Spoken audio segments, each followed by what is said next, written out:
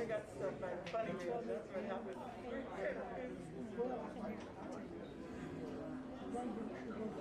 Yeah.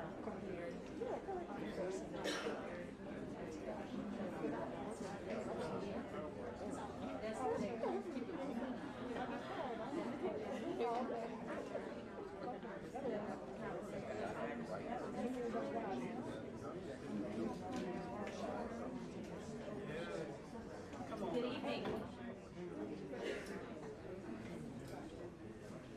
Okay, good evening. And welcome to the 2021 Unified Government Mayoral Candidate Forum.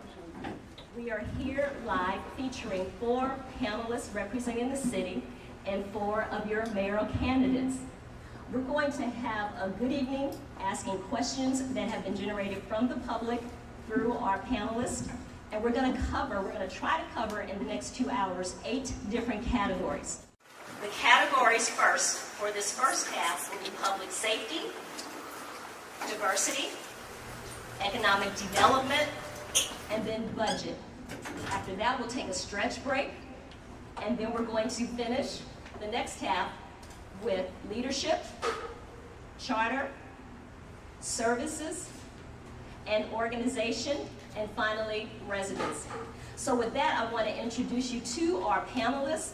Our panelists today, in front of me, we have Mr. Terrence Henderson. Mr. Terrence Henderson is a former KCK fireman. He's retired. We welcome him to the panel. Next to him, we have Miss Susan Klein. Miss Susan Klein happens to be part of community leadership for 2020. We're very happy to have her with us as well. And then across in pink, we have Miss Gwendolyn. Miss Gwendolyn happens to be our Ms. Gwendolyn Thomas, she is a career professional, as you know, with the Unified Government. She has served as the assistant to Mayor Reardon, so we welcome her to the panel.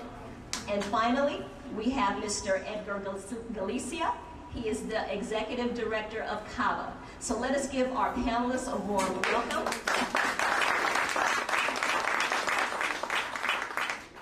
And then I'm going to provide for you the House rules before our candidates introduce themselves to you.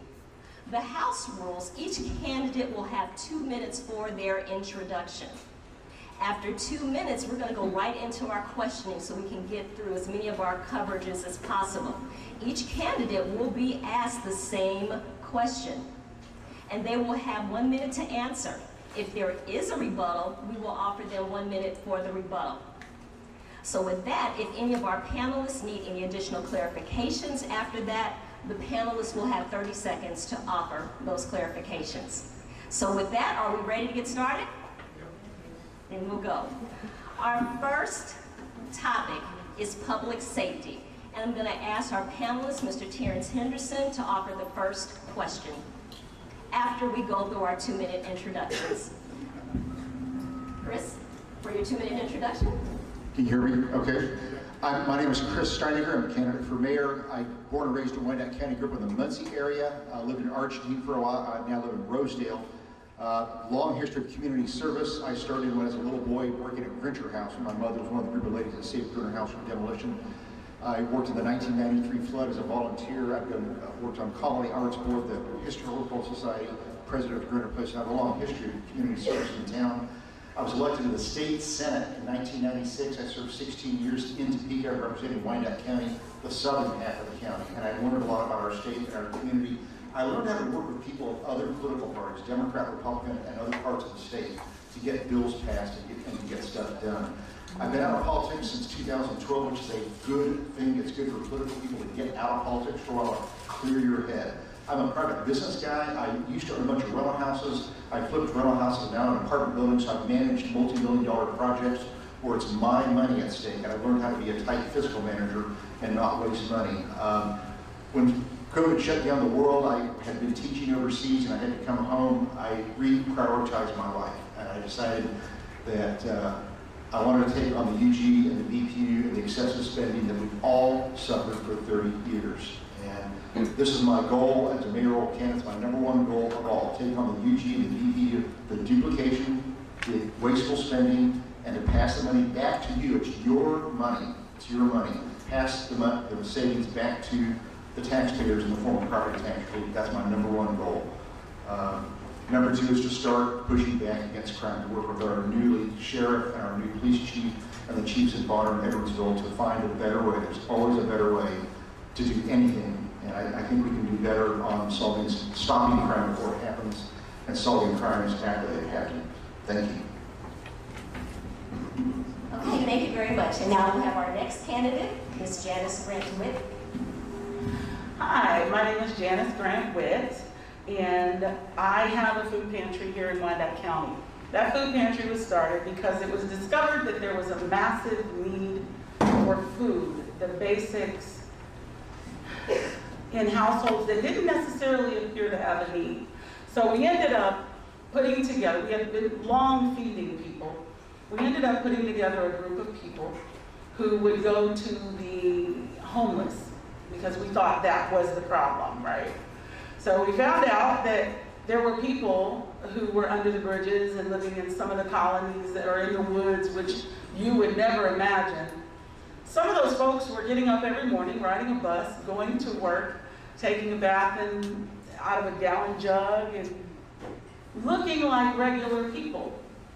We found out that they came to be homeless after trying very difficult situations like sickness and BPU being turned off. And so since their BPU was turned off, codes came and marked the house as unlivable, so they had to leave their home because they had no power. So we put together a plan to make that better. And how do you solve a problem? You solve it. You're hungry, we give you food. You've got a BPU bill that you can't pay, we find people, we find organizations who assist us in getting these folks help before they become homeless. For example, when the UAW went on strike, there was a tremendous amount of shock. Nobody really thought they were going to be on strike for that long.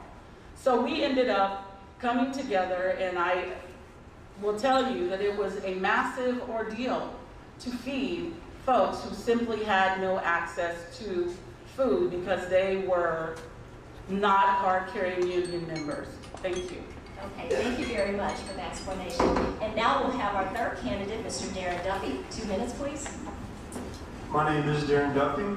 I am a Christian conservative, constitutionalist. I believe in our rights and our freedoms, and I don't believe any governing body should have the right to infringe upon or take away those rights and freedoms. I have lived in and around this county for a good chunk of my life.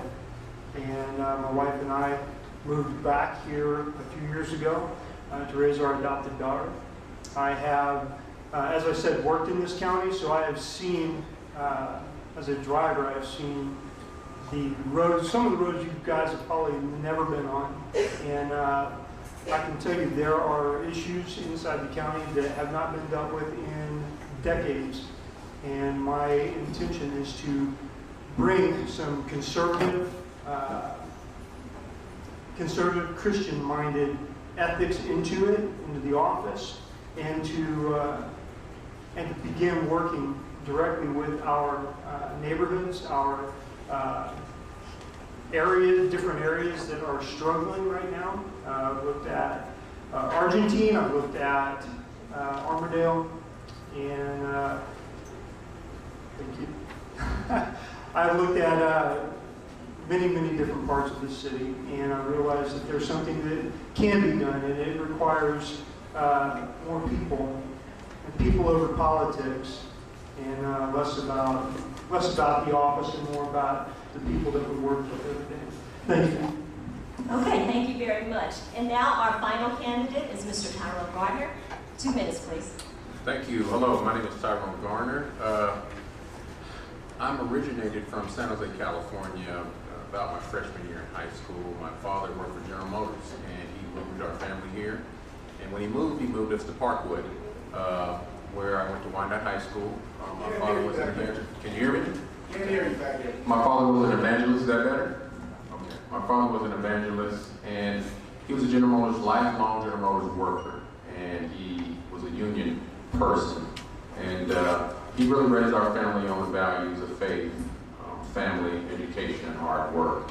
And I took that. After graduating from high school at Wyandotte, I joined the police department as a police cadet in 1987. They laid us off due to budgetary constraints. I went to the U.S. Army. I served, and I got out honorably and went back to work for the police department. Moved up the ranks as a detective. Was my first move up the ranks, and I worked in internal affairs for almost 5 years. As a captain, I worked in different parts of the community. As a major, I worked predominantly in West Patrol, where I was assigned, and then in the eastern portion of the city. Then I became a deputy chief, and I retired in 2019. What I bring to the table is experience, engaged leadership, that's community driven. I'm known for problem solving. I'm known for collaborating, and those are the things I'm running on, and that experience that I want to bring. I was asked to run, and I agreed to run due to the problems that a lot of the people in the community saw with their current government. It was an easy yes for me, and here I am, and I'm running on community-driven engaged leadership. Okay, thank you very much, Candace. Let's give our candidates a round of applause.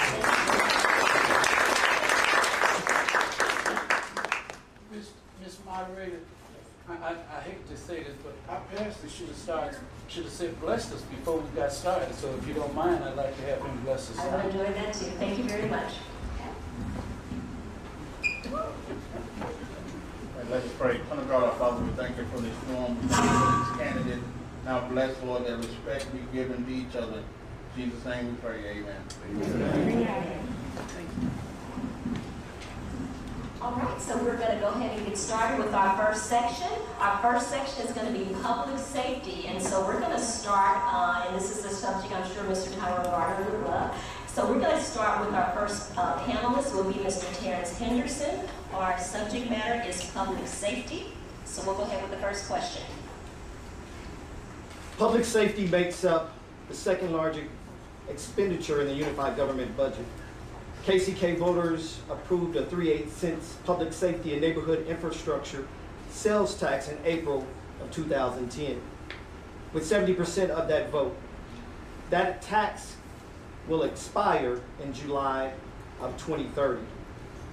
Voters also were asked to renew that sales tax for an additional 10 years in the August 2018 primary. And that passed in that election. The sales tax has enabled the unified government to purchase new vehicles, police cameras, fire vehicles, city maintenance, new curbs, sidewalks, and other equipment.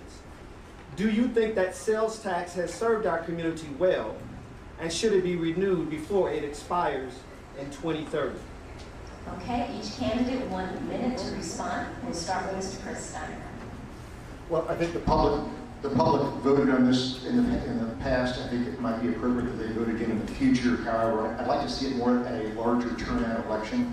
When you put these tax increases up at a small turnout election, then very few people make the determination for all what the taxes will be. So if we're going to put up a public vote for a tax increase, I would prefer to see more of a general election where more people have a say, when more voters have a chance to vote on such a tax. As to whether it's been appropriately used, I can't say. I did Monday night, I did a police ride-along in Central Patrol area and rode around Eastern Wyandotte for several hours observing things. I think we all know there's some crime problems that have gotten worse during the COVID shutdown. People were out of work at home. When people are out of work with no money at home, they tend to do naughty things. And I think we have yet to get back to where we were in 2018 and 19, getting people back to work and away from their naughtiness. So I understand our police department is underfunded right now. We're short of officers, about 30. Okay, Ms. Witt, same question, please. Yes, actually, that was a very poignant thing for me when that happened. And I actually saved and brought, hi Mike, I bet you did this. You recognize that, do you? And I brought this because this particular tax barely passed. There were some very specific threats made, I call them threats, that if we didn't do this, we were going to be in a big pickle. Police weren't going to come to our house. We weren't going to be able to get ambulances. And so people voted for this. I agree with Chris in that if we are going to put this up for vote again, that we need to be very transparent. There needs to be a lot of information that is given to the people so that we can be certain that they are making a decision based on things that are actually going to happen, not hopes and dreams. I would like to leave this as, where are the police officers that money was supposed to cover? Thank you, Ms. Wood. Okay, great. And now we're going to go to Mr. Duffy. Same question, 1 minute. All right, as far as the, got me? There we are. As far as the sales tax, I absolutely agree with the other two candidates. It does need to be something that everyone agrees on. I think that's pretty much common sense. We don't want a tax dropped on us that only a few put effort into. However, I believe that that money, we haven't seen it go where it's supposed to go. Have not seen it go into the sidewalks, into the curbs, or even into the police station and fire department. I believe those things need to be reviewed. There needs to be a little bit more oversight, and I believe we need to find out what the money is actually being spent on. Thank you. Thank you. Same question, 1 minute, Mr. Wagner. Well, coming from public safety, I totally support our first responders. I believe that a safe community is going to create a great community. You have to have good public safety, both fire and police. My understanding, talking to some of our police officers here and our firefighters, is that if that tax is passed, it hasn't been realized. When you talk about personnel, and the staffing. When you look at the fire department and the Fairfax fire station has been closed, I want to make sure that we are taking the people's tax dollars and making sure that we use them responsibly and that we fully fund our first responders so they can keep this community safe. That's important to me. I also believe that reforms need to be made in that aspect, but I totally agree and support the people in saying that public safety should be a priority, and I would support any initiatives on the tax rolls moving forward. Okay, thank you. Now, keeping the subject of public safety, our other panelists will have some additional questions for you, and I'm going to open the mic now for Ms. Susan Kine to follow up with public safety. Thank you. Okay, next question. Would you support any changes in the delivery of public safety services? And could you give 3 examples of what those changes would be? You can ask any candidate you want for that. We'll start with Ms. Lee. Okay. Please ask your question again. I think Would you support any changes in the delivery of public safety services? And what are 3 examples of those changes? Yes, I would definitely support changes in the delivery. Part of the problem is that we used to have Officer Friendly when I was growing up. Officer Friendly went to all the grade schools. He was in full garb and he showed us how the sirens went off. And the purpose of it was to teach us not to be afraid of the police officers. Right now, example, we have children who see police officers cry and run, okay? They are afraid of the police officers. We need to ensure that our children are getting educated in a way that gives them positive reinforcements for positive behaviors from our police officers. Our police officers also need to be getting positive reactions from the children. So it is my opinion that if we are going to look for changes in the police department, we start with the way that our youth perceive police and the behavior that they receive. Okay, great. Thank you very much. And now what I want to do before we leave off of public safety, our other panelists have questions relative to public safety as well. And so I would like for Ms. Gwendolyn to go ahead and ask her question. Over the last year, we have seen the rise and fall of cities due to the deaths of brown and black people. With the killing of George Floyd, it has shined a light on the need for the police to be policed. How would you as mayor go about first building a relationship with the new police chief, Chief Carl Oakland, and second, making sure that the people of Kansas City... We're having difficulty hearing. Yeah, we cannot hear you at all. Okay, I'm sorry.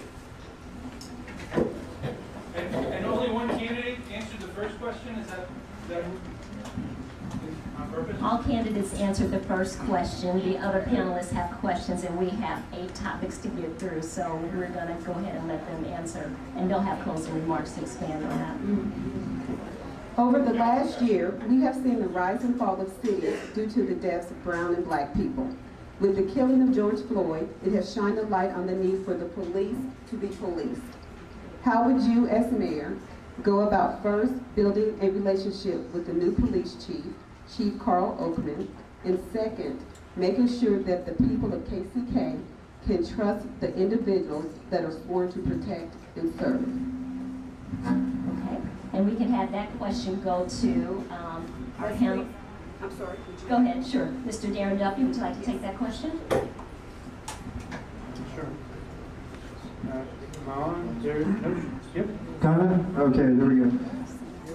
All right, as far as building relationships with the police department, it's absolutely imperative that they are allowed to do their job. They have been trained. They have been given the resources, or for the most part, given the resources that they need to do their job. And as mayor, my job is to back the police department, support our new chief, and to let them do their job. Not to inhibit them, not to slow them down, but to support them as well as supporting our community. And as has been mentioned earlier, we do need to build relationships between the police and our community, getting a new perspective, a new perception of how the police are to act and react inside our communities. Thank you. Okay, and then I'm going to have one more question that we have for public safety by Mr. Edward Galicia, and then we'll have our final panelist, Chris Steiner, answer that one, and we'll move on to our next subject. Go ahead. I'm going to ask my question, but I definitely would want to hear all of them's opinion, because otherwise we're being judged by one, and then we do not know what everybody else's opinion is. Knowing that more than 30,000 elder, homeless, ex-convicts, displaced or undocumented, mostly minority residents in Wyandotte County are not able to identify themselves, how important do you think a municipal identification document would be for the safety of our residents? Okay, and we will have Mr. Chris answer that one. Well, Edgar speak. Can you hear this? These microphones aren't working so well, so I'll try and project. Edgar speaks to the, if you call it illegal people or undocumented immigrants in our country. We do have a substantial population in Wyandotte, especially in the eastern parts of our town. Can you hear me in the back? Yeah. Okay. I have mixed feelings. I prefer more, I don't want people coming here illegally. I'd rather reform the immigration process to make it easier to come legally, but harder to come illegally. So I have kind of mixed views on the whole immigration issue. I'm also a bit skeptical about doing things to encourage illegal immigration. I do favor some path towards a green card status, not citizenship.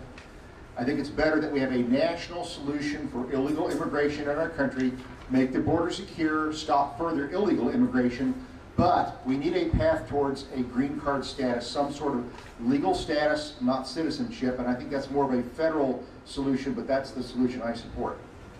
Okay. Same question. I'm going to move to Tyrone Gardner. And what I want the audience to realize is there's a number of questions that our panelists have for each category. And so we want to make sure that they can answer those categories so that we can move on to the next ones, because we have a lot of topics to cover. So the candidates will have closing remarks at the end to address that. If y'all want our vote, y'all need to speak up very loudly. We can't hear y'all back here. Okay, so we want to turn it up a little bit so they Stand up can and hear. speak, maybe. Okay. Okay, so with that, again, all of our public safety questions, audience, they have been asked. Some of the candidates did not have time to answer all of them, but we want to move on with our agenda. But to close out public safety, I am going to go to our panelists and ask our panelists to then, after Mr. Tyrone Gardner speaks, to go ahead and ask a rebuttal on any questions with any candidates that you want further information, and they'll have 1 minute to respond. And then we're going to close out public safety and go to our next big topic, which is diversity. Okay, go ahead. I'll go with the first one. Delivery, there has to be, with law enforcement, it has to be equitable. We need to make sure that we have a police force that is diverse. It reflects the people. I've always said a police department of the people, for the people, that reflect all the people. It needs to be something that is also, when you talk about delivery of service, equitable in how we deliver services to the people. Building relationships with the chief is really important. I want to support the chief. We need to make sure that our police officers have the training, the personnel, and the resources to keep us safe and successful. When it comes to the question that Mr. Galicia asked, I am totally for safe and welcoming. I believe that we need to support any residents of Wyandotte County that want and that are here, and we need to help give them the tools they need to be successful, and so I'm totally in support of safe and welcoming. Okay, great, thank you. And so now I'm going to go back to our panelists. Is there a question that you would like to ask as a follow-up to any of our candidates based on the questions that we've asked? I would like to ask any of the candidates, and I love to hear the ones that didn't speak to this, but I would like to hear any of the candidates, how well do you really understand safe and welcoming Wyandotte? Because this is not a federal situation, this is a local situation, and no human being is illegal. No human being is illegal.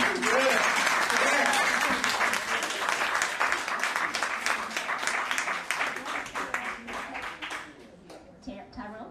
And I believe, I totally agree with that. When you talk about safe and welcoming to the people that are here, these residents have the same God-given right to life, liberty, and the pursuit of happiness as all of us. They come here because they want better for themselves and for their families. So one of the things that I would do if I'm elected mayor is I would push forward safe and welcoming in the community. And I would work with our commissioners and our administration at least to voice that will of the people.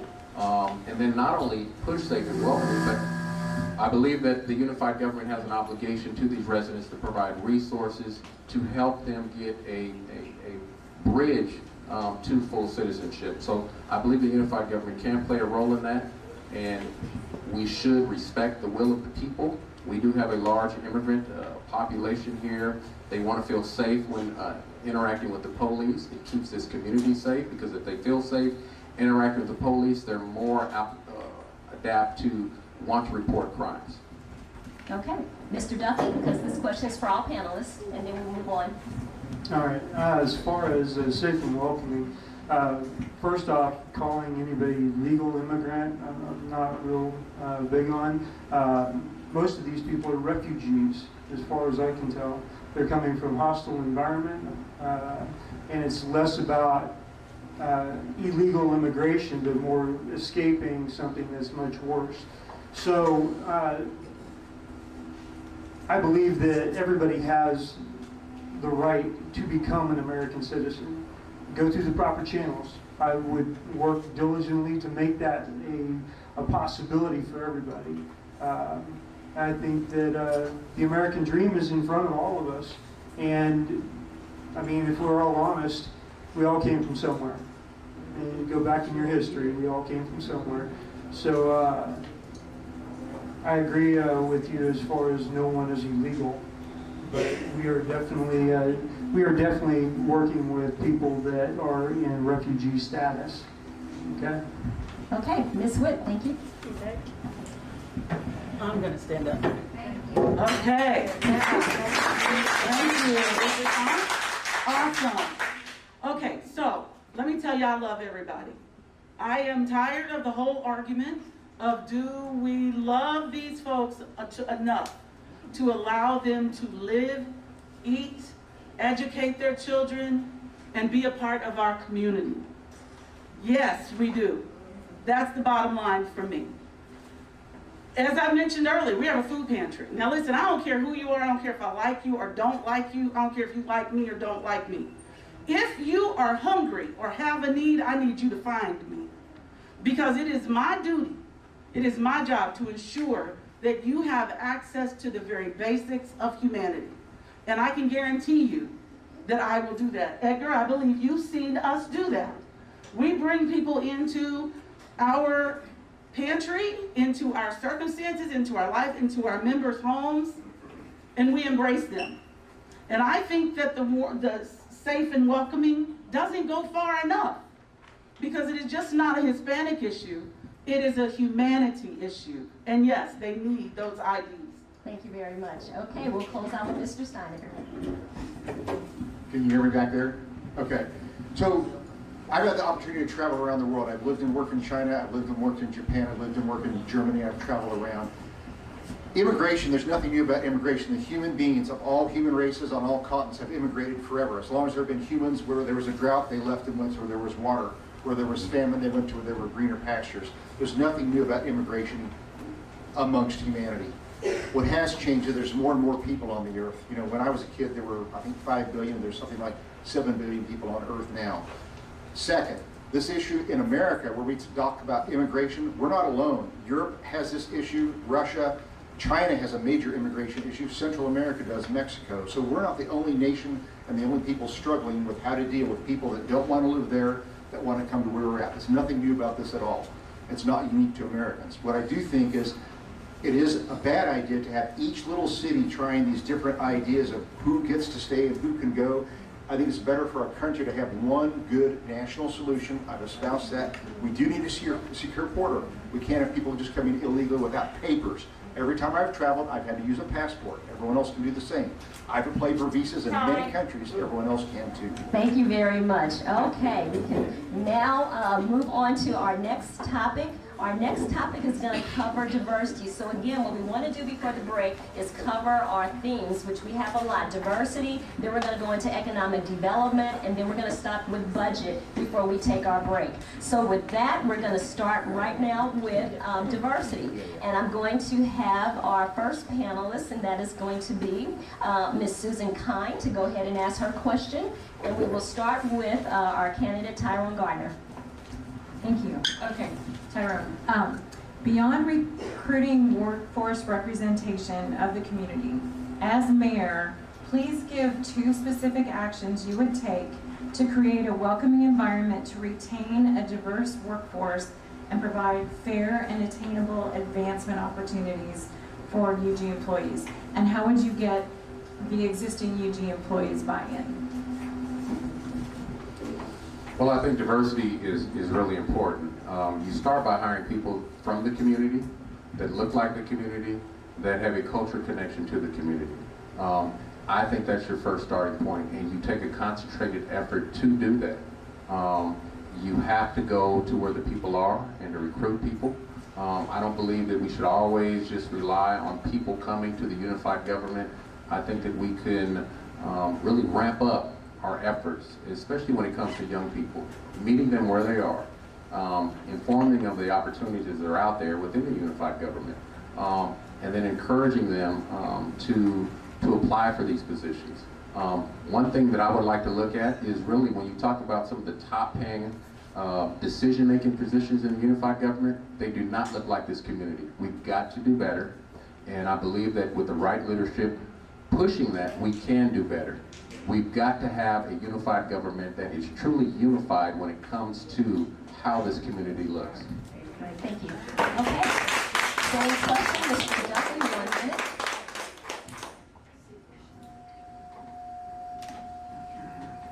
All right. As far as diversity, I've worked with all kinds of different people. And diversity is the American workforce. It's who we are. Can you guys hear me back there? Because I'm sitting down here and I don't think anybody can hear me.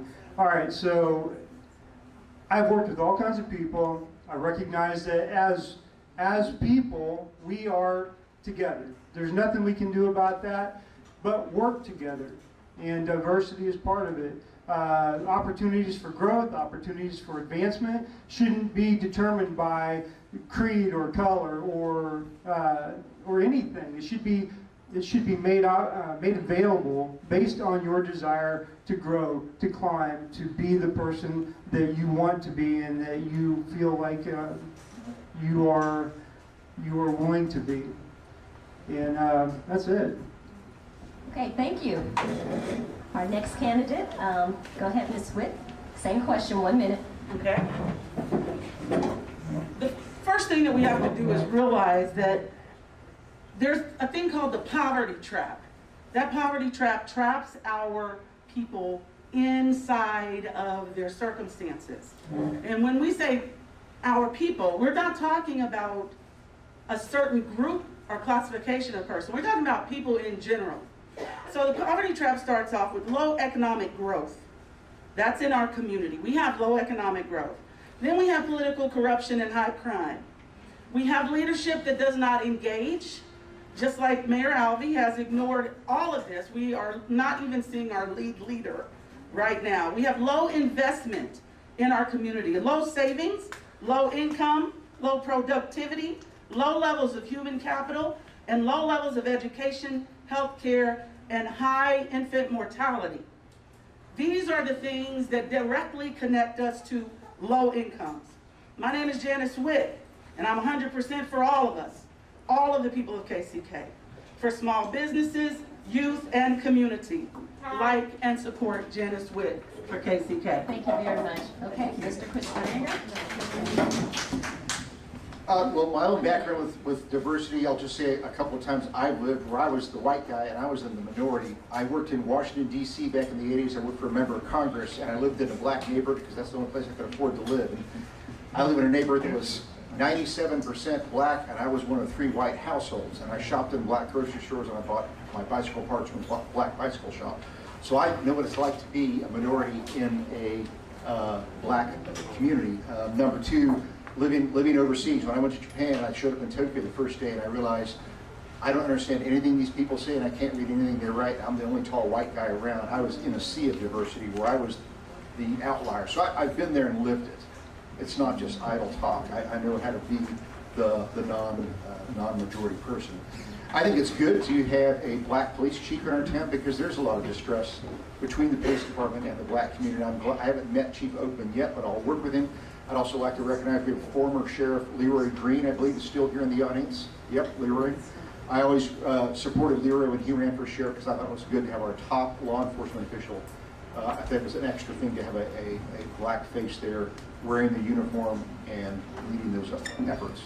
Thank you very much. Okay, moving on. Same category, same category diversity. I'm going to ask our panelist, Ms. Gwendolyn Thomas. She also has a diversity question, and we're going to start now with Mr. Duffy to answer her question. We'll go around. This question is for everyone. 1 minute. With the recent settlement of $2.3 million for discrimination, not only do the unified government lack diversity and advancement in their hiring policy, but there is also disparity in their pay equity.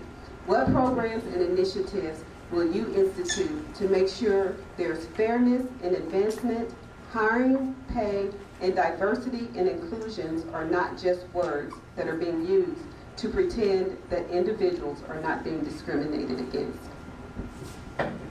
Okay, 1 minute. Thank you. All right. Programs, as I said earlier, are all about people doing the very best that they can do, and it has nothing to do with your gender. It has nothing to do with your color. It's stepping into. That's how I look at everything. I've got a vast variety of different backgrounds in my heritage, and if I was to discriminate in one part, I would be discriminating against myself. So I believe that everybody should have opportunity to climb that ladder. And as far as pay disparity, absolutely not. If you do the job, I don't care who you are. That's the pay you get for the job. You get paid for what you do. You get paid for the quality of work. You get paid for the effort. I believe in that wholeheartedly. And I've worked that way my whole life. Thank you. Okay, same question. 1 minute. Ms. Witt.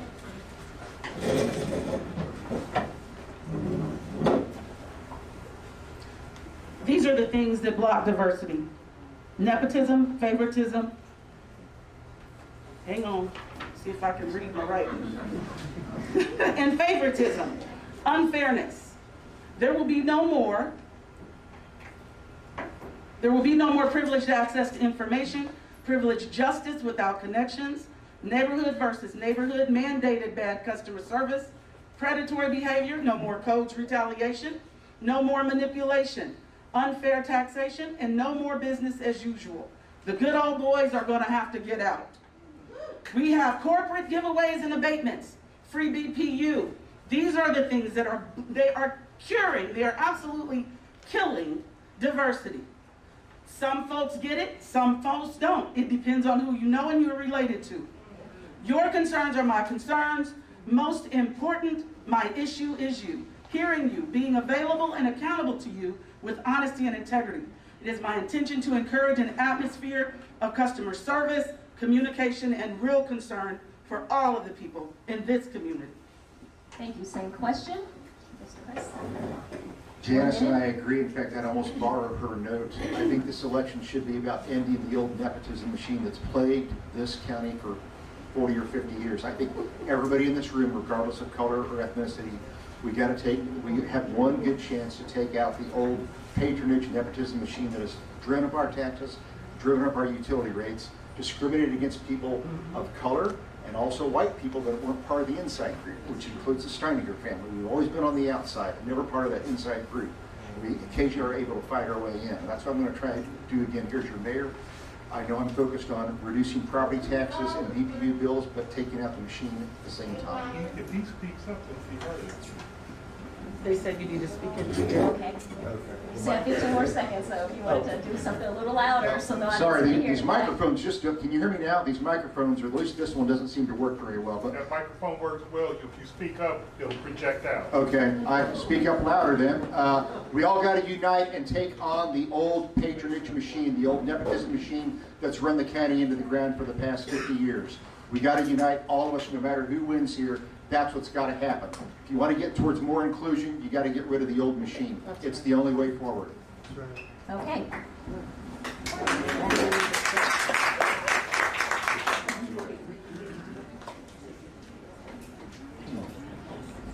With the recent settlement of $2.3 million for discrimination, not only do the unified government lack diversity and advancement in their hiring policies, but there's also disparity in their pay equity. What programs and initiatives will you institute to make sure there is fairness and advancement, hiring, pay, and diversity and inclusions are not just words that are being used to pretend that individuals are not being discriminated against? Final candidate, 1 minute, please. You'll keep hearing me talk about engaged leadership, and that's where it starts. It starts with engaged leadership. You've got to, what I would do as your mayor CEO is meet with the leadership of all these departments. And I trust, but I want to verify. But not just stopping at them, I want to meet with the employees to see what their issues and what their concerns are. I want to make sure that we put in good mentoring and career advancement opportunities and career development opportunities in place for our employees. Employees are really important. We need to support our unified government workers. I would start by getting with the administrator and our elected officials and looking at mandating a $15 minimum wage. We've got employees working 2 and 3 jobs just to make ends meet. And I've talked to those people. We've got to take care of our employees. I've heard a lot about nepotism, but cronyism is even worse to me. We want to make sure that we can find the best qualified people to advance and move in these positions. So I want a robust complaint system to where these complaints by these employees will be taken seriously and we don't end up with another $2.5 million lawsuit. Okay, thank you. We are about to close out the category of diversity and move on to economic development. Before we do that, I would like our panelists to consider if they have any follow-up questions for our panelists. If not, we'll move on. Any follow-up questions? I'm sorry, we can't hear back here at all.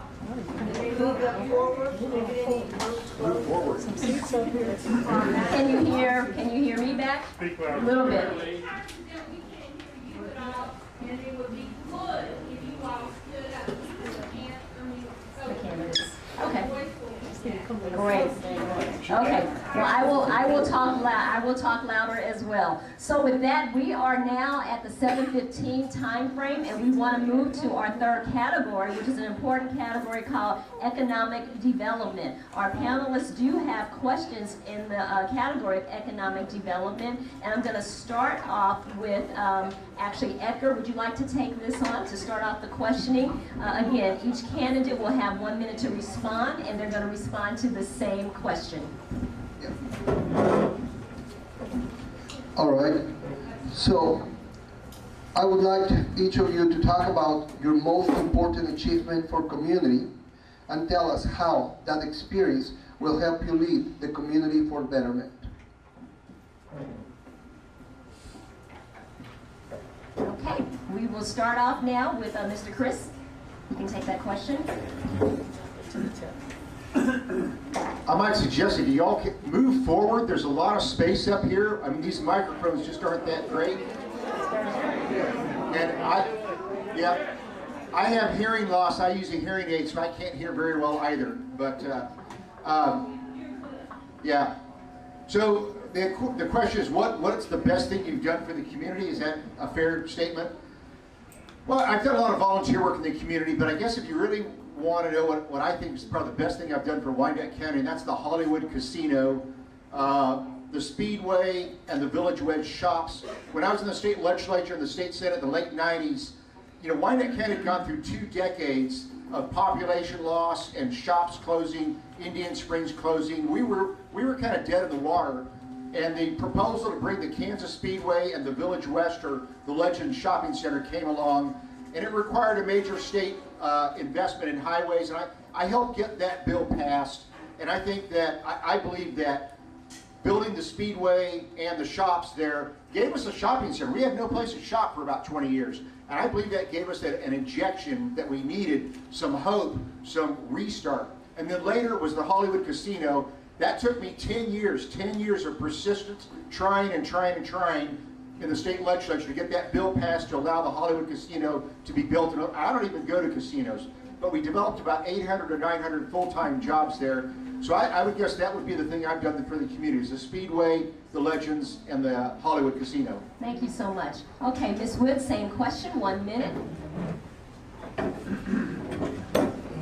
You've heard me talk about the food pantry, and that is a very important thing to me, because I was homeless in my junior and senior year in high school.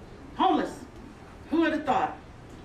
And the one thing that we realized was how important that basic need for food was. The ability to cook it, the ability to prepare it, and the ability to share it with others. It was very difficult. And that is something that I find every day when we are doing pantry. We have people who pull up, Republican, Democrat, no party at all. And they are broken and they are sad because they are having to beg for the most basic of things to survive. They are begging for food for their children. They are begging for food for their parents, for their sick relatives. The most important thing that I've done is to acknowledge that there is a need that was not being met in Wyandotte County. When we started this, our community had very limited access to food. Mr. Terrence Henderson over here, him and his brother, I see them there battling it out. And we ensure that people are fed. Thank you. Very much. Okay, Mr. Darren Duffy, same question, 1 minute. All right, the most important thing I've done in our community goes back to the very beginning of what I said about myself. I am a Christ follower. I'm a Christian and I'm an evangelist. And the most important thing that I do, and I do it on a daily basis, is talk to anybody and everybody that I can about saving faith in Jesus Christ. My wife and I have worked in nursing homes, and we are currently on sabbatical, just because of the race and stuff going on. But we love working with people. We love telling people about the hope that they have in Jesus Christ and the possibility of a beautiful future. And that's about it.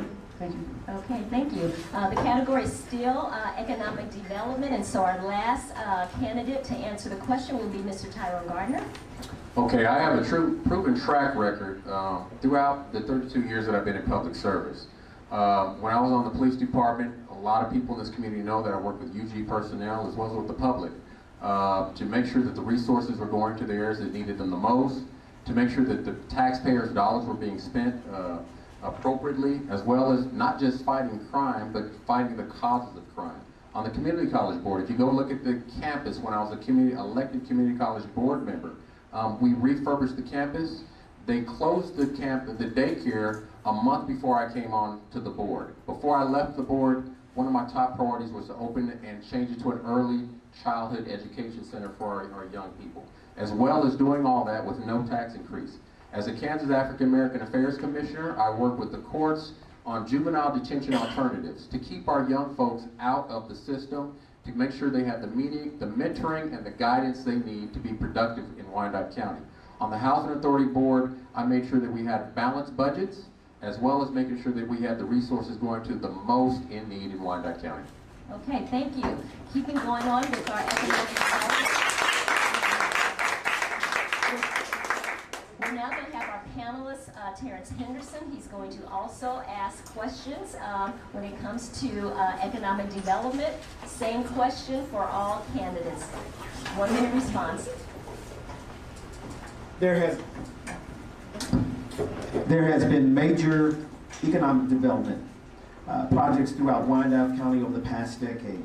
While some of these economic development projects have been recognized nationally, some residents continue to voice displeasure with the lack of job opportunities, housing options, and issues with blight in our community.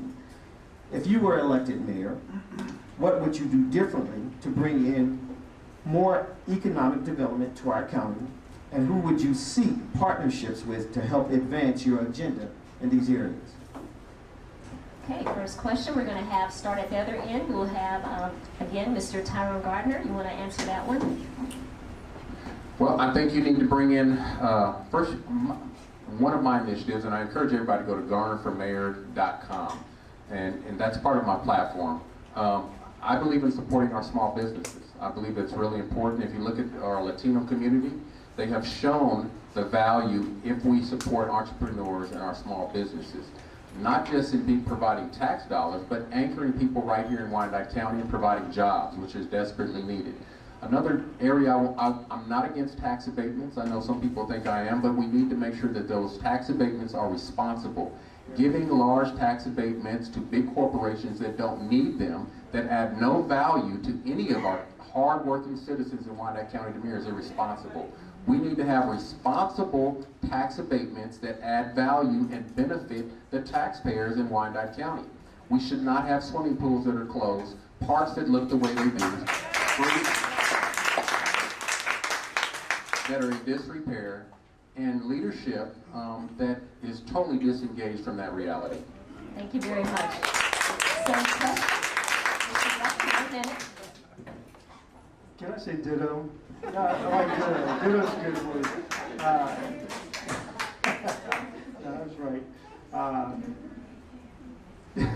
Shoot. I can't even remember what the question was. I was listening to him talk, and I was just like, that's exactly right.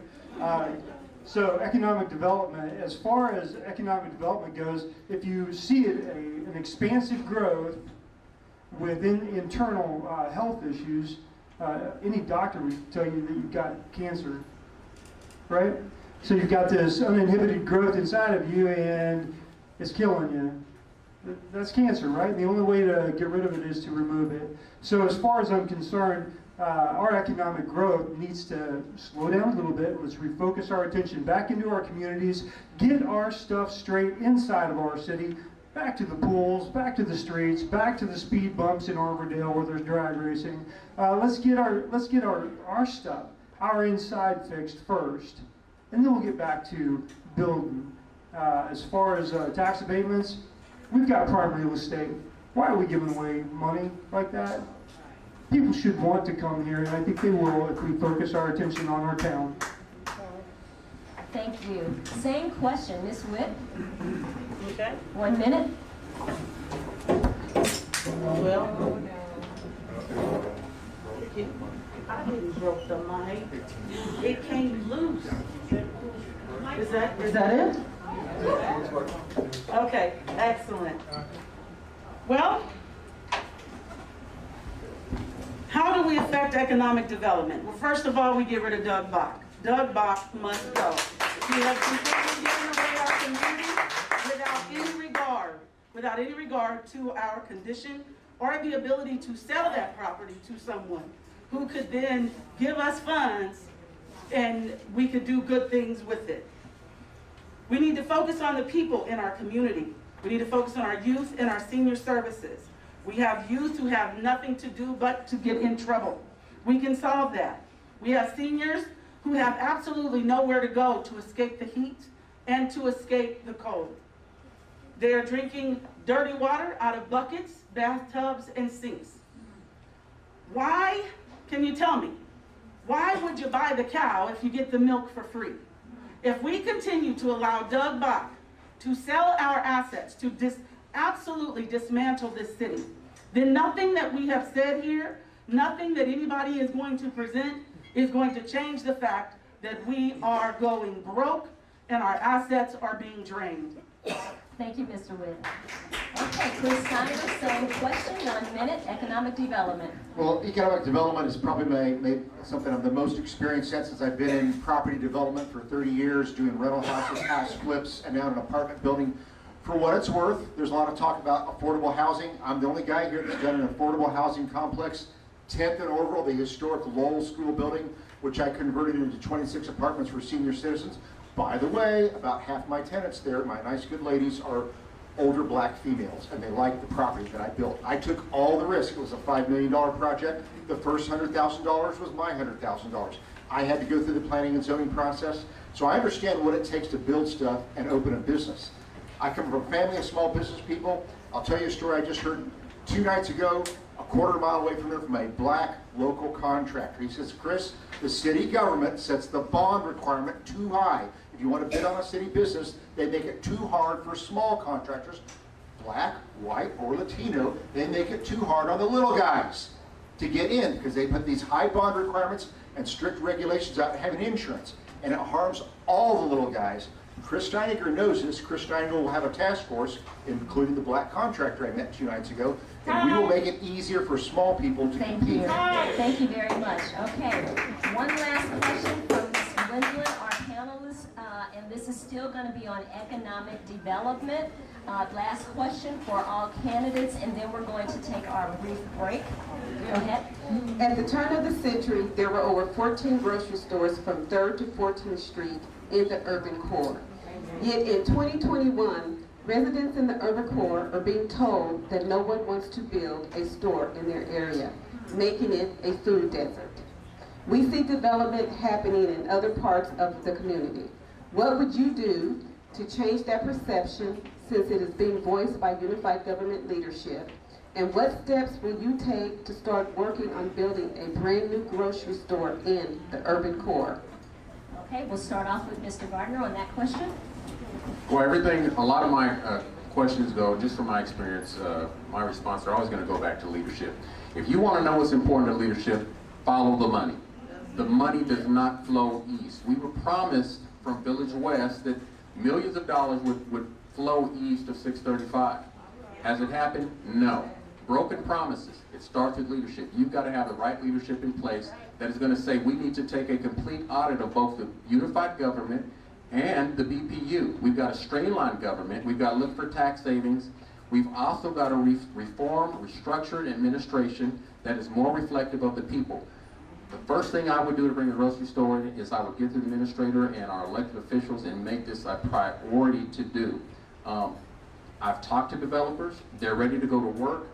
They just need the right leadership in place to make that happen, and that's where it starts, is with leadership. So that's my response to that.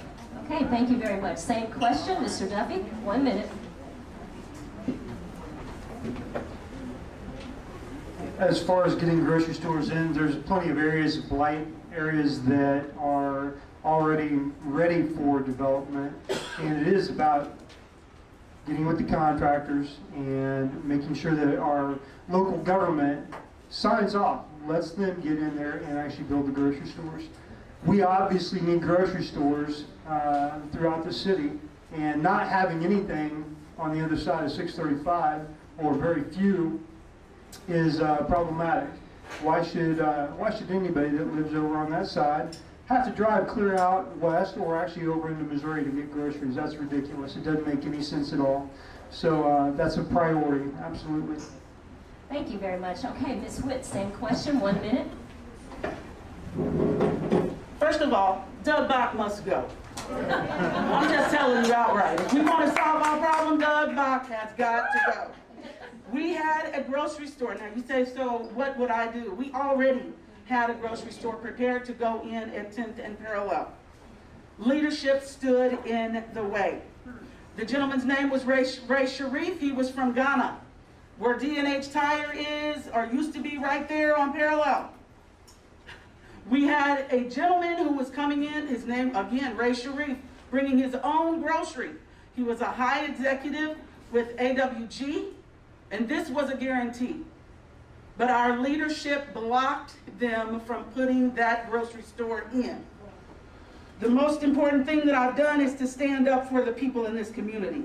I was standing up then, I am still standing now, and I will be standing tomorrow, the day after, and if you have problems, find me. I will do my very best to stand for you. Thank you. Same question, Chris Steiniger. Great question. I've been active in this community for at least 30 years. Do you guys remember Lavert Murray? Lavert Murray was the city's economic development director when I was a young guy.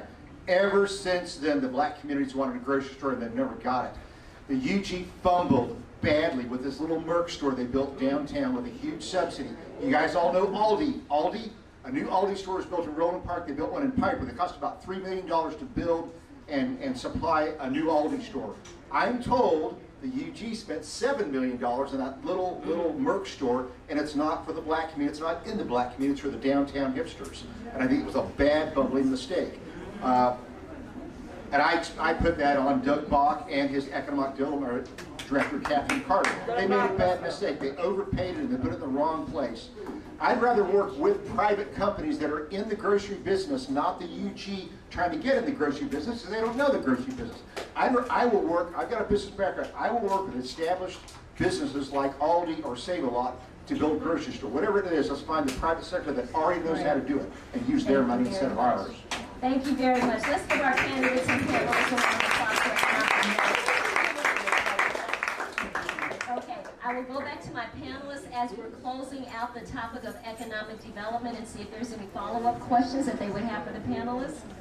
Okay, and in that regard, we are going to take a quick break for 5 minutes, and then we're going to get back and we're going to start our topic on budget. We're going to have our panelist Susan Kime start us off. We're going to talk about budget, and then we're going to go to our next topics.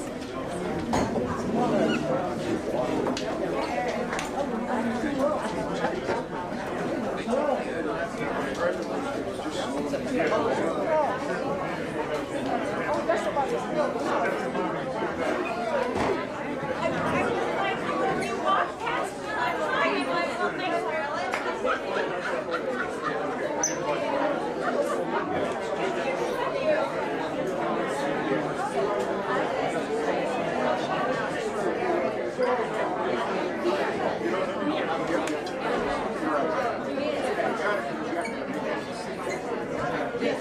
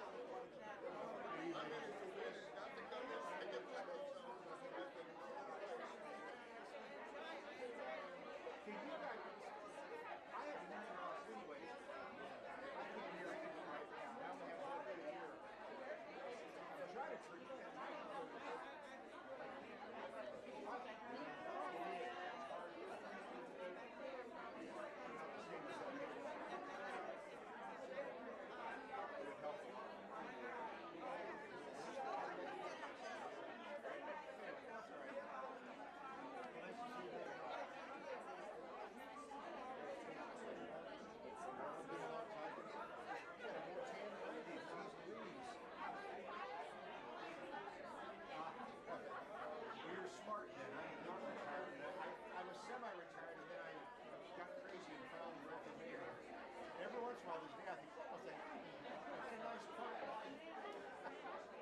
She's doing well. She's finishing a PhD in environmental education. My wife's lifelong dream. She's finished all the classroom work and now she's doing her dissertation. University of Wisconsin, it's all online. So she'll finish that next month.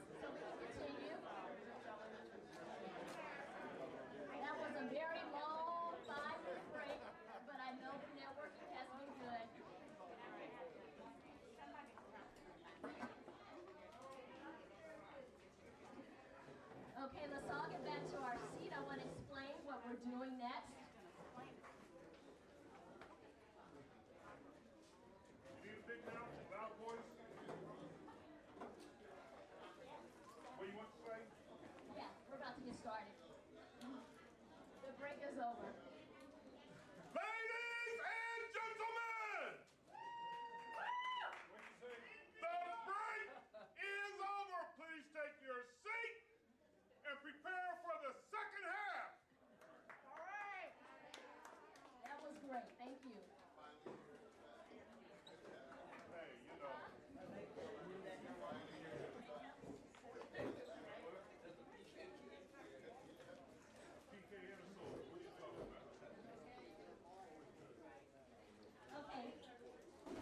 Thank you for your patience. We're about to proceed with our next section.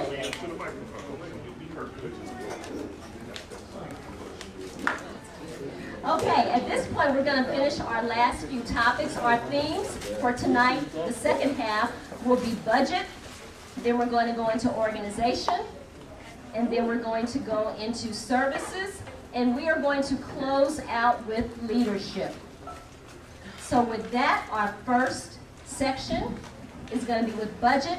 And we're going to have our panelists, Ms. Susan Kine, ask the first question. And it's going to go to Mr. Chris Steininger. I'll just look right at you, Chris.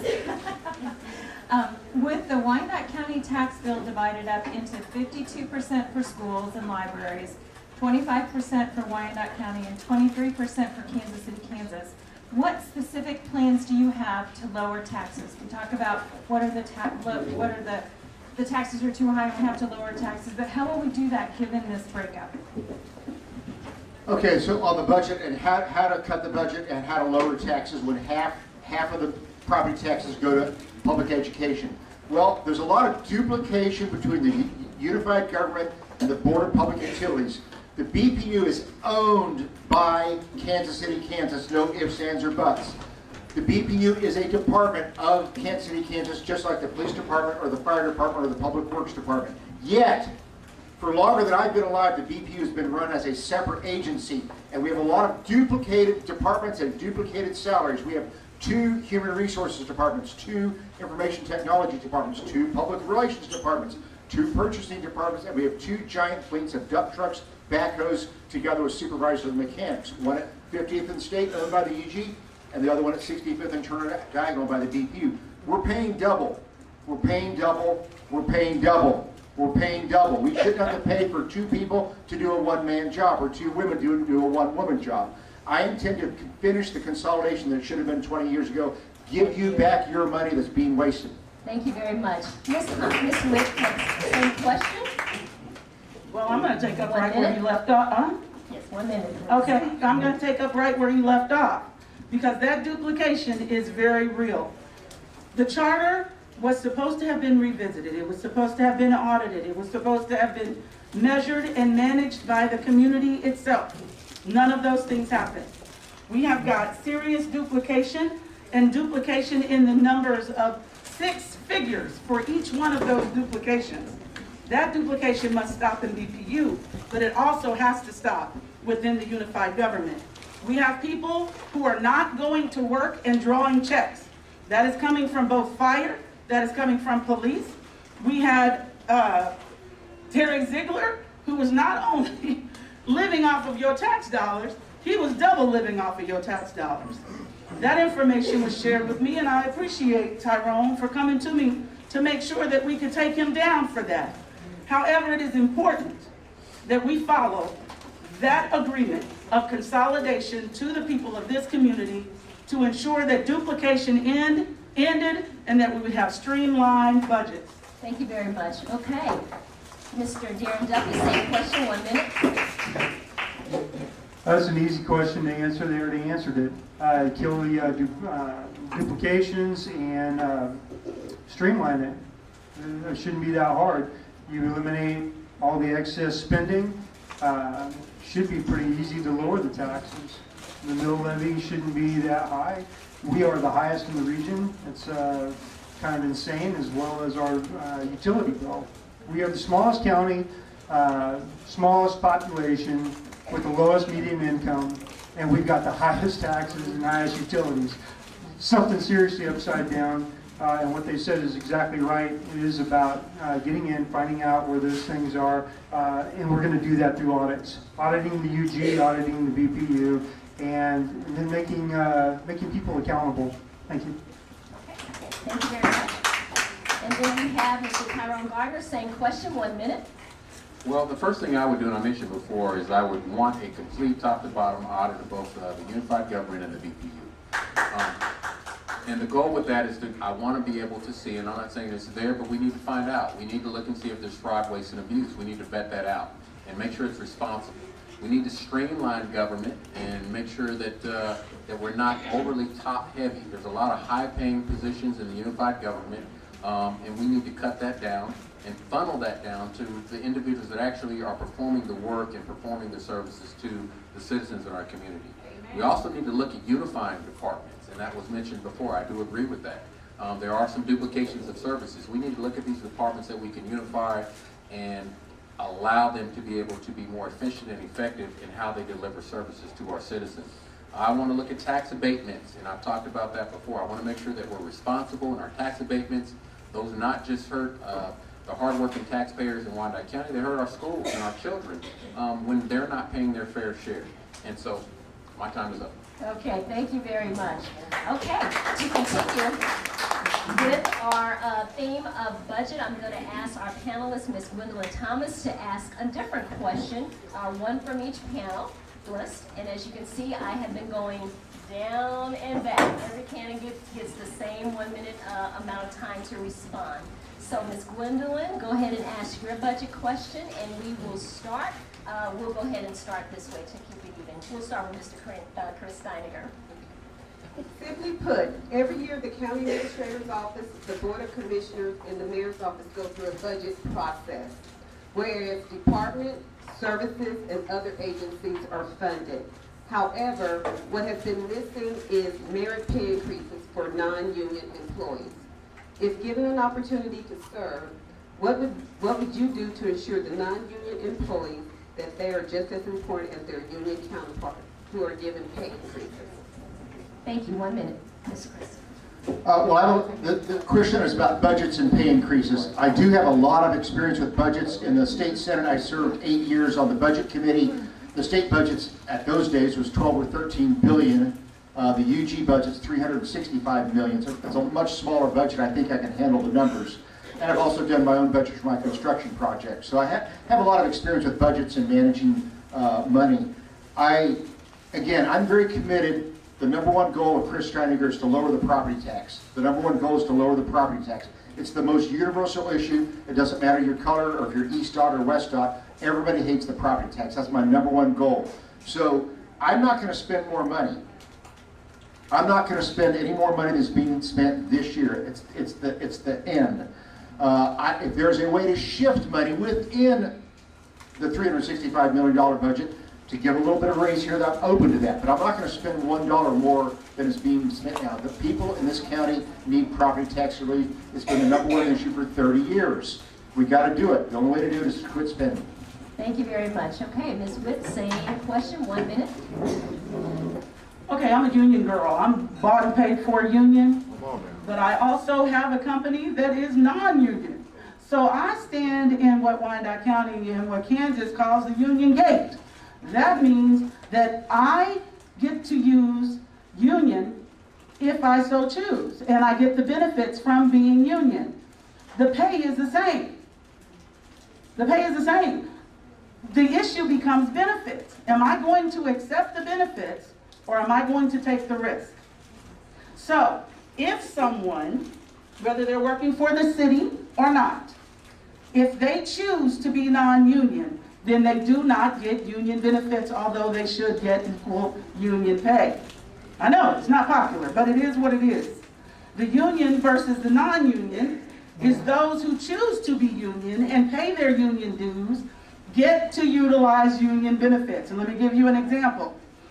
When the strike occurred, those people who chose to be union could immediately go to the food pantry. Those who were not had to find outside resources. Thank you very much. Okay. Mr. Darren Duffy, same question, 1 minute. Union and non-union. As far as union goes, I've been a part of unions. I've been on both sides of union negotiations, and don't have a ton of experience, but I can tell you, if you're working a job and it's a union job, they give you a wage, you agree to that wage, you've got nothing to complain about. You're working a non-union job, you agree to that wage, what do you have to complain about? Again, it comes down to the benefits. A lot of that is, part of what the union gives are benefits, and appreciate them for their efforts. And yeah, I don't know. A laborer is worthy of his hire. Is the only scripture I got for that one. But you work, you get paid. If you don't like it, there's another job, right? Thank you very much. Okay, Mr. Tyrell Gardner, same question, 1 minute. I think to answer that question, and again, I'm going to refer back to engage leadership. That's where it starts. I want the employees to know, because I work there with you, that I am a friend of all our unified government employees, whether you're union or non-union. I want everyone to have a livable wage, and I mentioned before, I want the wage in policy to be $15 an hour minimum. And that's just a starting point. There are people making less than that. I've talked to people having to work 2 or 3 jobs just to make ends meet. So I want all employees to know that they're valuable, they're important, and I support all of our workers in the unified government, because if we support them and make sure that they're taken care of, they're going to make sure that you're taken care of when it comes to providing the goods and services that you need from the unified government, and that's my position. Okay, thank you very much. Okay, at this point, we're going to move on to our next topic, but I'll ask the panelists if they have any follow-up questions from the budget category before we move on. Okay, then we are going to go to our next category, which is going to be called organization, and I'm going to also add BPU in that because our panelists have been speaking about BPU frequently. So through this, I'm going to combine those two, and I'm going to ask our panelist Terrence to go ahead and select his question for this category. This question is going to be for all of our panelists, 1 minute each, and we will start again with Mr. Chris Steiniger with the first question. Go ahead. How would you address the leadership at BPU to improve the relationship with the community and the ratepayers? And how would you also hold that board accountable to the charges that the ratepayers are paying? Well, it's a really easy question for me. I've been a skeptic of the BPU for more than 20 years. A lot of BPU people know that. Probably one of the first people that went way out on point on excessive spending on the BPU 20 years ago. 20 years ago, we did consolidation. You guys remember that? We had a separate city and county, and we did consolidation. I was an early leader on consolidation. Before you ever heard of Carol Marinovich, Chris Streininger was one of the first people writing newspaper editorials supporting consolidation of city, county, and BPU. Unfortunately, a funny thing happened is they left the BPU out due to political considerations. It should have been brought in at the same time. Earlier I said we suffer from paying a lot of duplicated departments and duplicated salaries, and we pay for that. And the Streininger solution is end the duplication. We need to have one HR department, one information technology department. We need to give the money back to the ratepayers in the form of lower BPU bills and lower. It's got to happen. We have to do this. Thank you. Ms. Wood, same question, 1 minute, please. Yes, please restate the question. How would you address the leadership at BPU to help improve the relationship with the community and the ratepayers? And how would you hold them accountable for the charges that the ratepayers are paying? Okay. If we look at the charter, the plan is what it's called. If we look at that charter, you will see that built into that charter, there are answers specifically to that question. We are supposed to have community boards who are auditing this experiment that we are involved in called the unified government. What happened is we started losing people who were walking away not only from the unified government but from Wyandotte County altogether. Some of our ministers, Reverend Bainham, became interested in their inability to exact the change that they had promised the people that they would do. How am I going to do it? How am I going to resolve this issue? I believe accountability is the answer. I believe that transparency is the answer. We make them stand up for the things that they've said and the things that they've done. We look at the amounts of money that are being spent and utilized for services, and we make them responsible for their actions. Thank you very much. Okay, same question, Mr. Duffy, 1 minute, please. BPU has always been a problem for this county. And I think initially the first thing I can tell you that I would do is not rubber stamp huge raises in the middle of a pandemic. I would absolutely tell them, no, that's not going to happen ever. And then I would, you're talking about accountability, that would be audits. There would be audits, finding out where they're spending money, how much is actually coming in, where it's being allocated, and then, as others have mentioned, eliminating the duplicates. Thank you. Thank you very much. Last question, Mr. Barker. Same question, 1 minute. Well, the first thing I would do, I'd be with people, everyday people. That's what engaged leadership means. I'd go out into the community, talk to the people who are affected by BPU. One thing that I've noticed in talking to people is that people's services are getting cut. And we haven't even talked about a strategic COVID-19 recovery plan. So moving beyond that, I want to take that information back to the BPU board. Most people know that BPU is owned by the Unified Government. I want to work with the administration and our commissioners, as well as the BPU board, to look at ways responsibly we can either eliminate or reduce the pilot and the unnecessary fees that are put on everyday people. It hurts poor people more than anything else. When you talk about connection fees, reconnection fees, nickel and diming our citizens went from a publicly owned utility, to me, is shameful and it's wrong, and engaged leadership, the right leadership that I hope to bring to Wyandotte County, will fix that. Okay, thank you for that. Okay, we have one more section to do on organization and BPU, and I'm going to have Susan prepare for that particular question, but I do want to recognize some dignitaries that we have. Senator Haley is here, so I want to stand and greet us. Any other dignitaries that are visiting us this evening, we want to recognize you as well. Okay, wonderful. We'll go on. All right. Sure, if you're running for office and you're in the audience, please stand and be recognized.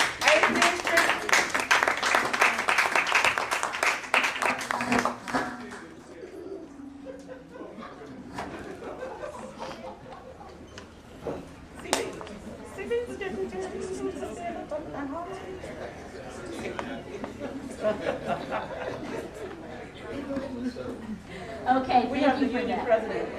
Union President, yes, all dignitaries, Union President, we'd like you to stand as well. That would be you. Union President. Hey, that's me. Okay, thank you. So now we're going to get back on schedule because I know our time is up short, and we want to end with leadership, the all-important topic. And so what I'm going to do is, we've already covered budget, we talked about BPU. I'm now going to jump to Susan for her question, and then I'm going to jump into services with Hector, and also Ms. Wynn for the services question, and then we're going to close out with leadership. So Susan, go ahead. 1 minute each participant with our question. Thank you. As of Wednesday, 33% of Wyandotte County population had been vaccinated. This is considerably lower than the Kansas average of 55% vaccination. As mayor, what specific actions, give me one or two specific actions you would take to increase the vaccination rate in Wyandotte County and improve public health in general? Okay, 1 minute, Chris Steiner. Well, I had COVID back in November. I didn't like it. It was 3 days of really bad flu, followed by 3 days of getting better. I have not taken the shots by choice. My politics tend to a bit libertarian and freedom and individual choice over government mandate. I know the libertarians like that. I think everyone should make their own choice. I'm all about, you are grown-up citizens. You should make your own choices on a whole bunch of issues, not politicians and bureaucrats. Grown-up American citizens should make their own choices, not politicians and bureaucrats. I was watching the news this morning, CNBC, the business channel, and AP, the Associated Press, they're famous for doing polling, and it says most unvaccinated Americans say they are unlikely to get shots.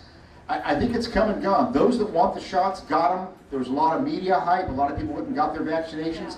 A lot of other Americans have chosen not to. It's their own choice. So I absolutely oppose any kind of mandate that you shall get a shot. There you go. Thank you very much. Ms. Wood, same question, 1 minute. Well, first of all, let me answer the question right up front of who gets vaccinated and who does not. There are a lot of reasons why people may or may not get vaccinated.